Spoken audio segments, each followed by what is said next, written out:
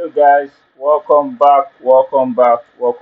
Currently we are on support and resistance, right?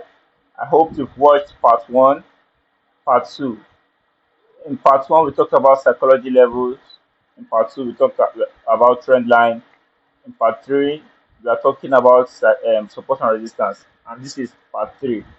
If you've not watched part one and two, please go back to my initial videos, watch part one, watch part two, then before you come back to watch this part three. Now, when you watch part one, you understand how we added these psychology levels here. When you watch part two, you understand how we added these trend lines here. Now, in part three, we'll be talking about support and resistance. So make sure you watch every video one after the other and watch each video over and over again until you get a grasp and a good hold of it. All right, let's dive into this one. All right, so right here, to add our support and resistance, we go to the current price. To the current price, we want to see the support zones and the resistance zones. Now, where the price comes and they form and they have like a pushback, the zone where the price comes to and the pullback, because that zone is having like a there's we call those places a zone. Any place the price comes to and it pulls back, anytime it gets there, it pulls back. We call that place a zone. Now, any zone on the 4 hour time frame, because we are working on the 4 hour time frame right here. Any zone on the 4 hour time frame where the price come and pull back, that zone is we know that place as a very strong support or resistance zone. Now, above here, when the price come above and pulls back downward, we call that place resistance zone. But when the price is coming down and there's a zone below here that the price pull back upward, we call those places a what? A support zone. So in that case, support zone can be found below the chart, below the price, the candlestick. Support zone can be found below it, and resistance zone can be found above it. That is what it means. Now I'll use my rectangle to note those zones. Because as you can see this zone, this price came here, it's rejected, it came here, so there's a zone here, which I'll use this my rectangle to mark out. Now this is the zone. There's a strong zone here. You can see it, there's a strong zone here. The price keep coming here and it's what rejecting. So I'm extending the zone down to the what you can see the zone stops at the longest wick that drops here. So this is the beginning of the zone, and the this is the top, the down bottom of the zone. At the top of the zone will be like the lowest point that the price came to and touched that zone, which is this point, and this point.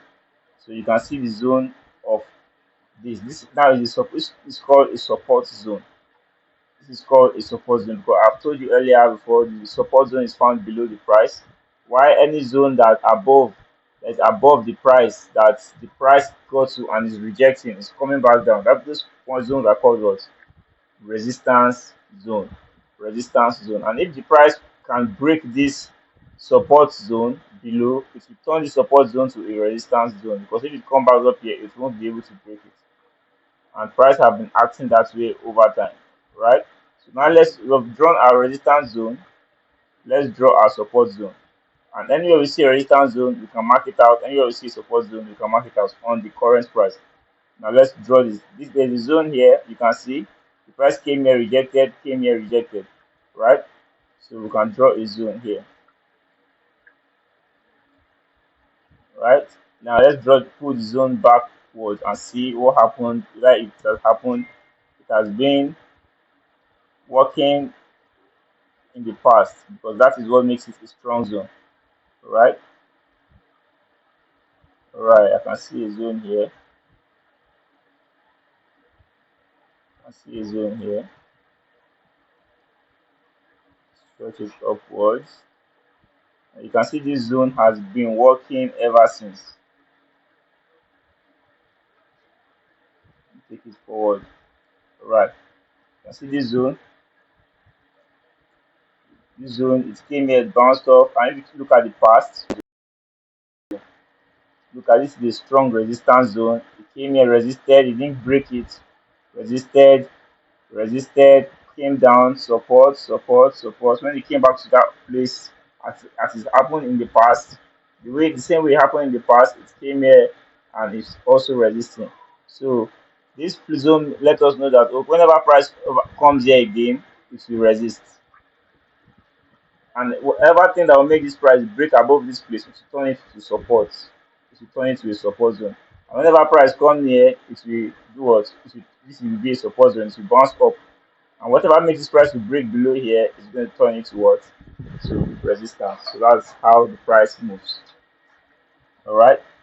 Alright. So if you look at this point, also this point in time, you can see there's a support zone here. Let's draw it out. There's a support zone here. You can see it. There's this support zone, this small support zone here. And let's stretch it to the past. Let's see what it has been doing in the past.